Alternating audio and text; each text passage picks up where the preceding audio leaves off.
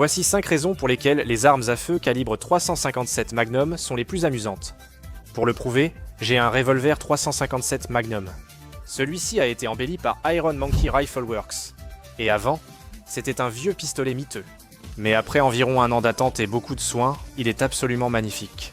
Le 357 Magnum est super car il accepte aussi le 38 spécial moins cher pour s'entraîner. Ce sera un peu moins puissant avec moins de recul. Mais pour t'entraîner au stand et économiser, le 38 spécial convient très bien au lieu du 357 Magnum. Mais tu peux voir qu'il y a un peu moins de puissance.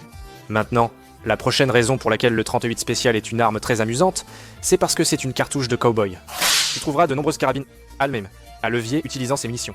Et même si je recommande le 357 Magnum comme arme amusante, il est incroyablement performant.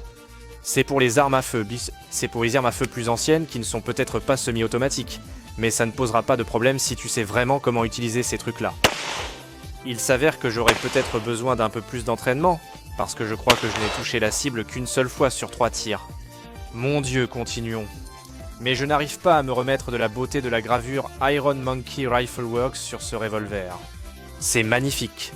Comme le 0357 Magnum est un calibre ancien, de nombreuses carabines le tirent aussi.